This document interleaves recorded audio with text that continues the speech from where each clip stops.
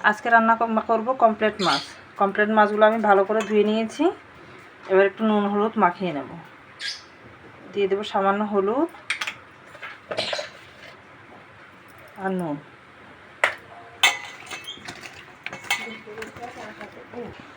ভালো করে নুন হলুদ মাখানো হয়ে গেছে। এদিকে আমার তেলও গরম হয়ে গেছে। মাছগুলো এবার ভালো করে ভাজি করে নেব।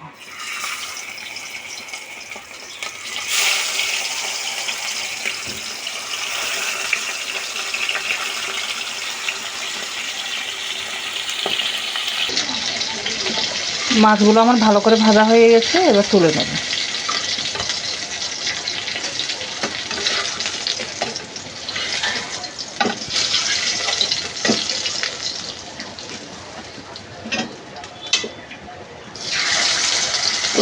মাছ যেগুলো আছে এগুলো আমি ভালো করে ভাজি করে নেব। এখানে আমার মাছগুলো সব ভালো করে ভাজা হয়ে গেছে। এখানে আমি রান্নার জন্য কড়াই বসিয়ে দিয়েছি। কড়াইয়ে তেল দিয়ে দেবো।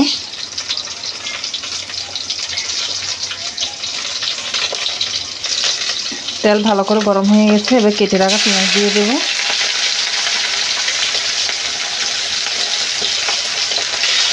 পেঁয়াজটা আমি হালকা লাল লাল করে ভাজি করে নেব।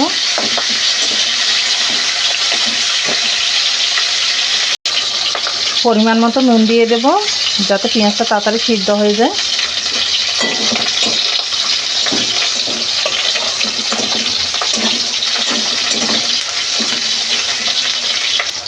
পেঁয়াজটা ভালো করে ভাজা হয়ে গেছে। এখানে আমি নিয়ে নিয়েছি আদা, পেঁয়াজ আর একটা টমেটো। এবার এটা দিয়ে দেব।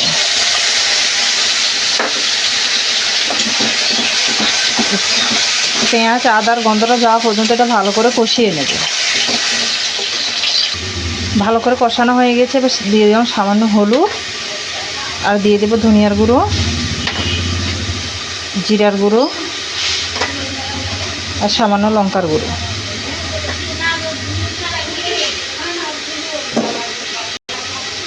সামান্য একটু জল দেব।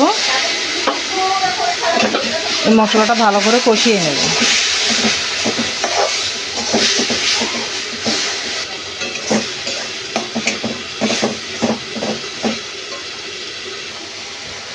মশলাটা ভালো করে কষানো হয়ে গেছে। এবার পরিমাণ মতো জল দিয়ে দেবো।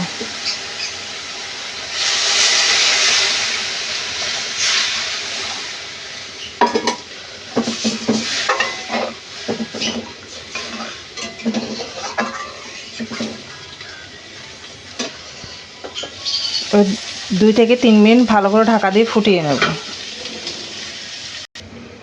ভালো করে জলটা ফুটে গেছে। এবার ভেজে রাখা মাছগুলো দিয়ে দেব। মাছগুলো দিয়ে আমি আর কিছুক্ষণ ভালো করে ফুটিয়ে নেব।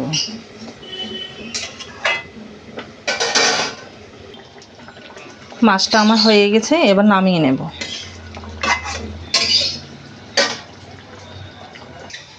এখানে আমার কমপ্লেট মাছ রেডি হয়ে গেছে। খুবই সহজভাবে রান্না করেছি। সামুদ্রিক মাছ একটু ময় মশলা কম দিয়ে রান্না করলে ভালো লাগে। কেমন লাগলো অবশ্যই কমেন্টে জানাবে। আর এইভাবে রান্না করে খেয়ে দেখবে, খুব ভালো লাগবে।